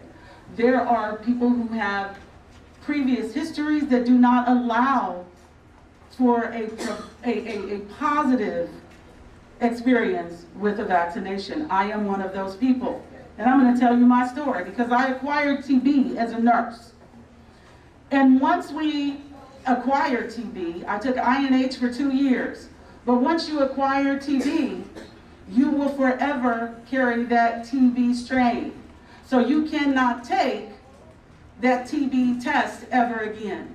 It also limits you to vaccinations that you may have because it was a live virus. So I think that we need to communicate. This gentleman right here, he was so funny. He walked up to me and he said, "Miss Witt, are you vaccinated?" I personally appreciated that. And then when we were done talking and I explained to him why I am not vaccinated, he thanked me and said, "Thank you for caring for you and for everybody else in this room. If you believe that you need to be vaccinated, get vaccinated. If you don't, you got no fight from me." Thank you so much. Okay, Mr. Darren Duffy, same question, 1 minute. As I mentioned when I started this, I am not a politician. I am absolutely a constitutionalist. I believe in our rights and our freedoms, and I do not believe that it is the right of any governing body to reach in and tell us how we are to live our lives, whether we need vaccines, masks, or whatever. It's your choice. It's your life. And we are responsible adults. I don't believe any of you need a government official to come into your house and tell you when to pay your bills, tell you how to clean your house, tell you what to wear, tell you where to go to work. I think you govern yourselves very well for the most part. And I don't think we need government telling us how or when we need to be vaccinated. Thank you. Thank you very much. Okay. Mr. Tyrone Gardner, same question, 1 minute. Okay. I'm happy to repeat the question. As of Wednesday, 33% of Wyandotte County population have been vaccinated. This is considerably lower than the Kansas average of 55% vaccination. As mayor, what actions would you take to increase the vaccination rate in Wyandotte County and improve public health in general? Well, I don't believe that I agree with the other candidates that government shouldn't impose its will, but government does have an obligation to its taxpayers to provide the opportunities for those that want to get vaccinated. And to better provide that opportunity, I think we could have done a better job of coordinating and collaborating with churches, community centers, mobile testing, our hospital, our urgent care locations, and the mayor should take the lead in that. The mayor should be at these locations, meeting with stakeholders and talking to residents and answering questions and seeing what their real concerns and needs are. So I revert everything back to engaged leadership. I believe, just like we've seen in Kansas, Missouri, where Mayor Lucas took the charge and the lead in the COVID crisis, this community needs that type of mayor as well. Okay, thank you. Thank you for that. So what we're going to do now is we're going to move to a subject matter called services, and this is a question for all the candidates. Edgar, you can go ahead and ask your question, and we'll give the candidates 1 minute each. We will start on the opposite end of our table, which will be again with Mr. Tyrone Gardner for the first question. Go ahead. Today, the county is working on placing taxation on rainwater running into the sewer system. Corporations and wealthy landholders with large parking lots are lobbying to reduce their tax burden, making the low-income and small property owners carry a bigger tax rate burden. How are you going to work so that this does not happen to the low-income population? Okay, 1 minute. Again, I'll say it again, community-driven, engaged leadership. One of the things that I would do is work with our elected body, our commissioners, as well as administration. The bottom line is no. Everybody in Wyandotte County, in my opinion, will carry their fair share. And I will push that. That will be my narrative. That will be what I will push. That will be what I demand. That will be what I stand up loudly at every commission meeting and say. And I will encourage the other elected officials to follow suit. And I'm sure the low-income individuals you're talking about will be in the room. And I find it really hard for the elected body to say no to the voice of the people. You will have a mayor that will be for the people and will speak as a voice to stand with the people on those issues. Thank you. Mr. Duffy, same question, 1 minute. All right, rainwater runoff. Anybody here want to pay that? No? I don't think so. Why are we having to pay for rainwater runoff? We've got no storm drains. We've got no curbs in half of our county. Okay, at least out where I live in Muncie. Why are we paying for stormwater runoff? It doesn't make any sense at all. As far as extra money, that's obviously the UG's idea of bringing in additional revenue. Again, that's going to come back to auditing, getting a hold of our budget, and reducing all the duplication, and actually pulling that information back out. I guarantee you're going to have some surplus. So, no on the rainwater runoff. Thank you. Thank you. Okay, same question, Ms. Witt, 1 minute. Once again, I start off by saying that Doug Bach must go. Doug Bach must go. There's a reason. There's a reason that he needs to go. He is the non-elected official that Alvy is allowing to run our community. He is wholesaling our assets to big business, and big business is pushing initiatives like this stormwater draining. This is, he does this all to benefit special interests, not to benefit the people of this community. So how do we resolve it? How do we not pay that stormwater fee? You elect Janice Witt for mayor of KCK. I started 3 years ago demanding that Doug Bach, who is at 0 on his evaluations from the commission, yet Alvy will not allow him to be terminated. 3 years ago, I walked into the chambers, gave a speech, and told them, Doug Bach must go. I am continuing today to say, if you don't want that stormwater, Doug Bach must go. Elect Janice Witt for mayor of KCK. Thank you so much. Chris Steiniger, 1 minute, please, same question. Well, I agree. I'm opposed to the stormwater fee. It's not needed. Let me tell you a bit more about how the UG came. It's so stupid. The UG Planning and Zoning Commission, their planning and zoning process, has regulations about parking lots. You want to build the stores at the Legends, you got to have X square feet of paved parking lot. You want to do a small development like a grocery store, you got to have X number of square feet of paved parking lot.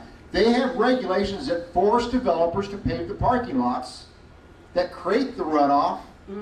Now they want to tax us for their own rate. So they made a regulation that forces us to do something, but then they want to tax us for the regulation. Why not change the regulation?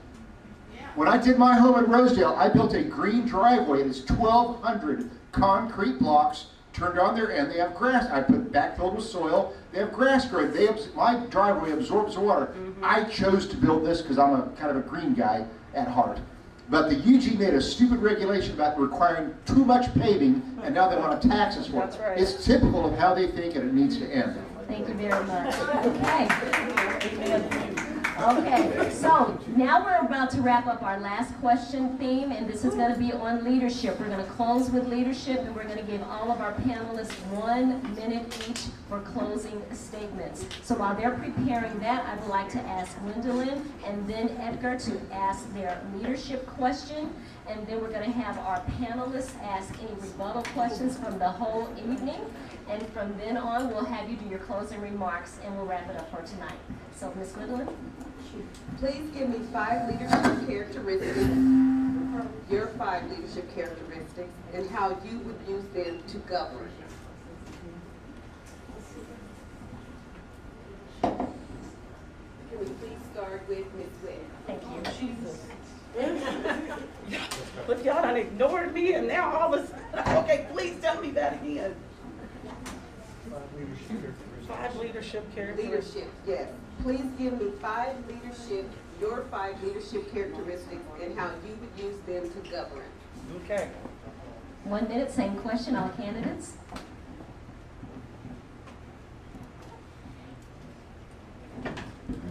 Okay, integrity, transparency, no nepotism, you want my 5.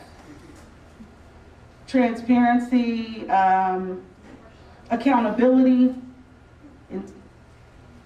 integrity, transparency, honesty, and Doug Bach must go. Thank you very much. Mr. Duffy, same question, 1 minute. All right. As a mayor and as anybody in an elected position, you have to start out with an understanding that the job is not to overbear on people, it's to serve people. So it would be humility in that role, compassion for the people that you serve, integrity, willing to just be honest, fully honest, and then constantly serving God. That's all I got. Thank you very much. Okay, same question. Chris Steiniger, we'll go with you, and then we'll wrap up with Mr. Gardner, and then we have 2 more leadership questions. Janice Witt wants me to say that leadership is her. Okay, number 1 is proven. I spent time at 16 years in the state senate in Topeka. I learned how to build coalitions. I learned how to work with people from all over diversity of Kansas, and I brought home for Kansas City, Kansas, the Speedway, the shops at Village West, and the casino. So I know how to build coalitions. I had to get 21 senators and 63 state reps and a governor to agree to this bill. It took me 10 years of persistence, and I got it done. So I'm a proven leader. I get things done. I work with people. I get them included. I would also say creative. I'm very known for being an outside-the-box thinking. I'll listen to what staff at the UG or BPU say. I'll listen to their opinions. But I will seek outside opinions of other people who have knowledge as well. So that's my form of inclusion, is find inside experts and outside experts. No one will work harder than Chris Steiniger, and no one is a bigger risk taker than Chris Steiniger at being your next mayor. I don't have children. I don't have anybody I have to give a job to at the UG or the BPU. I have no relatives at the UG or BPU. I can take risks. Thank you very much. Okay, same question, final candidate. Well, mine would be servant leadership, which means to me integrity, serving the community, being honest, being fair, being willing to understand or seek to understand before trying to be understood by others. Not judging people, but just really realizing that everybody wants an opportunity for success in Wyandotte County. Compassionate, caring about people, putting that above everything else, being transparent in what I can and can't do. Because there's some things that the mayor just cannot do. It's a weak mayor form of government, and people need to know that. I can't come in with a magic wand and change anything. It has to be in collaboration with you, the administration, and our elected body. Engaged. I want to educate.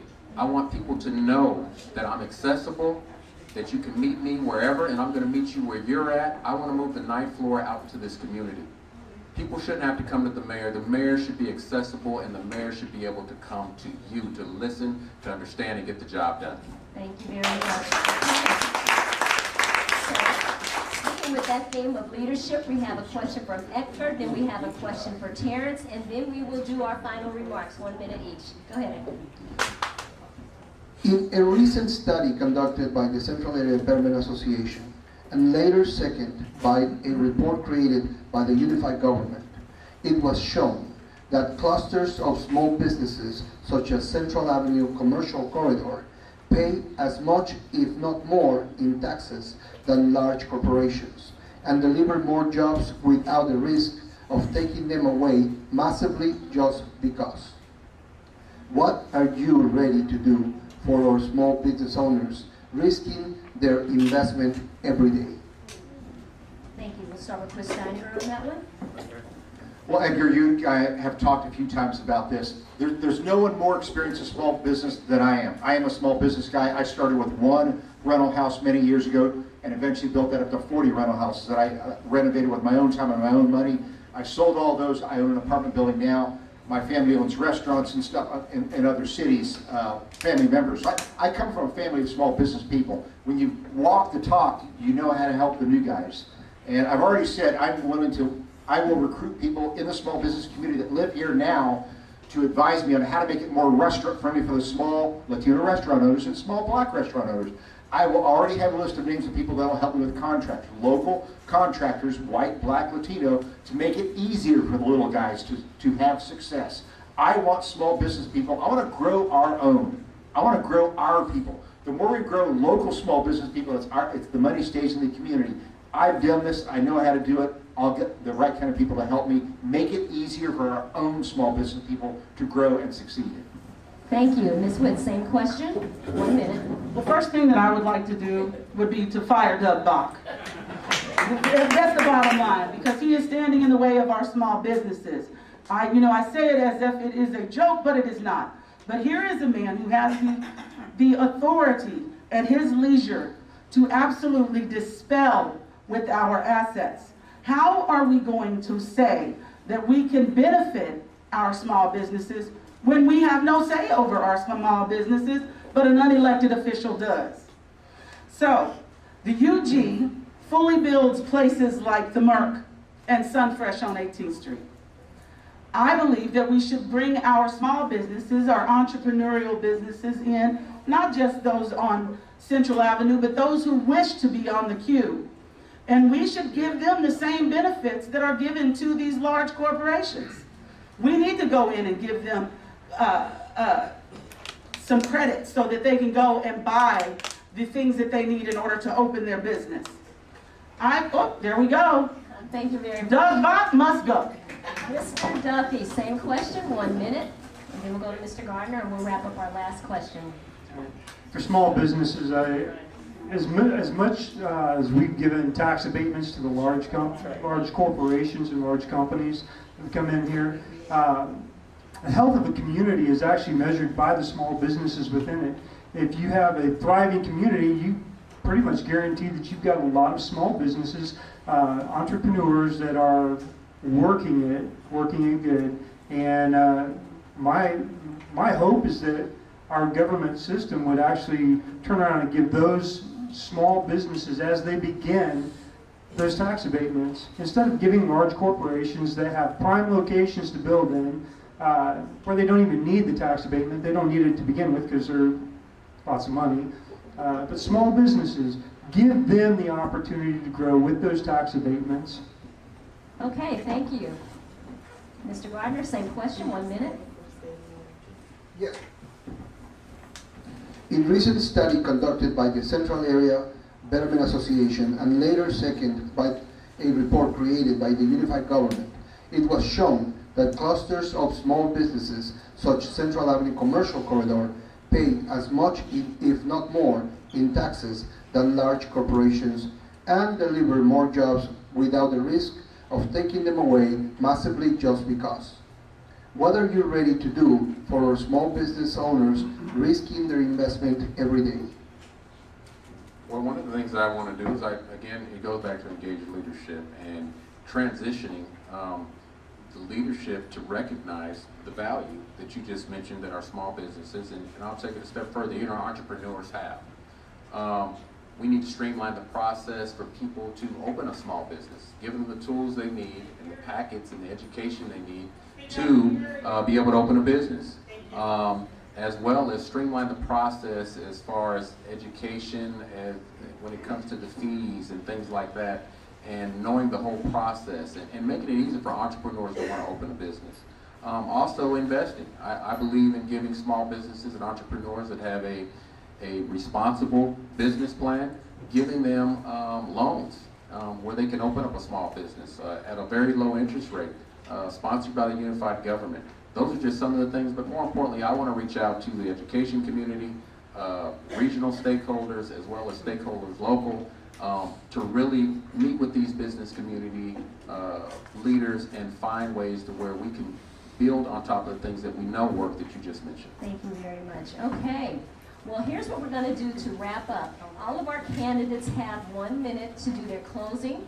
And so what we're going to do is ask our last leadership question, because all of you will go for leadership in this community. We're going to ask our last leadership question by our panelist, Terrence Henderson. And I'm going to ask that you find a way to wrap up your closing remark in addition to answering his question for leadership. And then we'll be at time. After that, we will have Pastor Lewis close us out with a benediction, and we'll wish everyone a good evening. So with that, Terrence, go ahead and answer your question, and we'll start our panelists with Mr. Chris Steiniger once he asks the question for your closing remarks.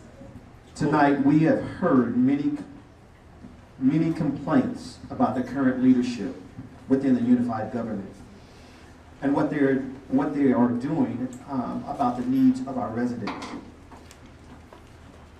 What would you do? Give me one real, true example of what you would do to improve the quality of life for all the residents. Okay, Mr. Chris Steiniger, your closing remarks and a response. Okay, well, my campaign, I'll say it again, I'm focusing on lowering property taxes and lowering BPU bills. Lowering property taxes and lowering BPU bills. I've been active in politics here for 30 years. I'm 59 years old. As long as I can remember, people have been complaining about the property taxes. It doesn't matter what color you are, what neighborhood you live in. People have been complaining for 30 years about the property taxes, and I intend to do something about it. It is it crosses across religion, age, whether or not you're working or union or whatever. Everybody suffers from high property taxes and high BPU bills, and they're getting worse. They're not getting better, they're getting worse. I pay a lot with my business properties, but I can deduct because it's a business expense. But homeowners cannot deduct their property taxes or their utility bills. So I'm fully focused. It's my #1 issue. It's the fairest thing we can do for all of us. All of us together is to lower the property taxes once and for all and lower the BPU bills once and for all so we can all afford to live here. That's the most welcoming thing we can do for everybody. Thank you, Mr. Steiniger. Okay, same question, closing remarks, Ms. Witt. My most important concern is you. Listening to you, being available, present, and accountable to you. It is my intent to reduce the taxes and BPU to trim the fat from all of our unified government, to increase services and decrease abatements. And why do we need to decrease abatements? Because why buy the cow if you already have the milk? Renew confidence, trust, and transparency in leadership. Why do we need to renew that? Because we've been lied to. It is time for us to call them on the carpet and remove them from office and renew our own infrastructure development in all areas of our community. We must ensure fair, equitable treatment for all of our community. Our youth needs enrichment. Our adult services need servicing. My promise to you is to bridge the gap. Truth, fairness, accountability, transparency, and service from a caring leadership. There you go. Thank you so much. Okay, Mr. Duffy, same closing statement, 1 minute. Well, as far as engaging our communities and leading them, God gave us 2 ears and 1 mouth, so I intend to listen twice as much as I talk, and then take what I hear and work at accomplishing what the people in our communities are needing. It seems pretty simple to me. I'm not a politician. I am just an average guy that wants to see our community thrive. I want to engage our people. I grew up on the farm. I spent 20 years building houses. I have put hard work into my life, and I am not an office dweller. I don't intend to lock myself away. I intend to be face to face with as many people as possible, as often as possible, until we get this thing back right. Thank you. Thank you. Okay. Mr. Gardner, same question, closing remarks? Yes. Okay, last question. Mr. Terrence, can you ask this question again? Tonight we have heard many complaints about the current leadership within the unified government and what they're not doing to meet the needs of our residents. What would you do? Give me one real and true example of what you would do to improve the quality of life for all of our residents. Well, I believe it's an approach. I believe it's an approach, and that approach would involve me, again, is meeting directly with the people, meeting them where they are, and then looking at streamlining, and there's got to be system changes in the government to where the administration is more accountable to the elected body. Right now, the tail is wagging the dog. That has to change. The charter has not been opened up since 1997. We've got to bring balance to that. The next thing that I would do is we also got to look at ensuring, as the mayor, that the will of the people is being reflected in the agenda. So our commissioners can have something viable to debate and to either vote up or down on. So I believe that's the very first step. But what I bring more than anything else is compassion, is caring. I really do care about Wyandotte County, but I value people even more. And that's what you'll find in a Tyrone Garner. Somebody that is approachable, somebody that you can trust, that you can believe in, with a proven track record of success. And if you believe in that, I ask for your vote on August 3rd. Thank you. Thank you. Thank you for our panelists. Thank you for our candidates. And at this point, I'm going to have Pastor Lewis stand and give us our benediction. And then we will be dismissed. We want to thank the audience, the panelists, and the candidates, and we'll give them a round of applause once we wrap up our benediction, and we'll be done for the evening. Can we stand? Yes.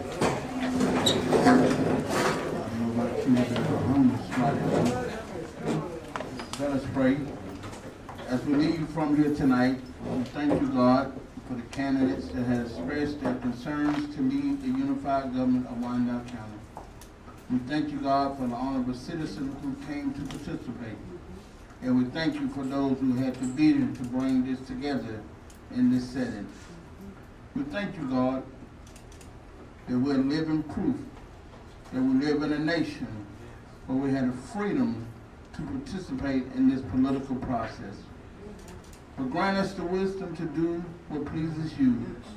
Grant these leaders and candidates the courage to do what is right when the vote has been cast and life continues on. May they confide in you and find peace that will establish them not to go with the status quo, but to do what's right for this community and embrace all humanity and give us a renewed hope in this democratic process. We pray, O God, for your divine guidance in every decision-making arena that affect our future from the womb to the tomb. God, grant them the strength to see that you are more than a higher power, but that you are all-powerful and almighty. Father, the future of this community is at stake. We need leaders that will trust you to bring about change. We need leaders to turn to you, to be directed by you, and that you turn to them to do what is right for the people, for all people, and not just for some. May we be honest and just in our dealings. May it reflect their lifestyle beyond this office they seek to obtain. May the promise of a peaceful election, respect one another, to love one another. May they bring a voice of change to this community to make it a flagship that others will want to be a part of. God, we thank you for bringing us together tonight. Every race, regardless of our political persuasion. Above all, Father, remind us that in this room tonight, that even though we may have earthly political difference, we all part of the human race. So we're all part of the human race. And the constant thing in all of us is you, God. But God wants to give us something new, but we still have a crush on something old. And as we go, our various destinations remind us of this truth. Help us to walk faithfully in unity. Together bring us a better Wyandotte County. Bridge the past, blessing the present, and birth in the future. true? Yes. But we realize that you are a sovereign God. Now grant us your peace and traveling mercies, we pray. Amen.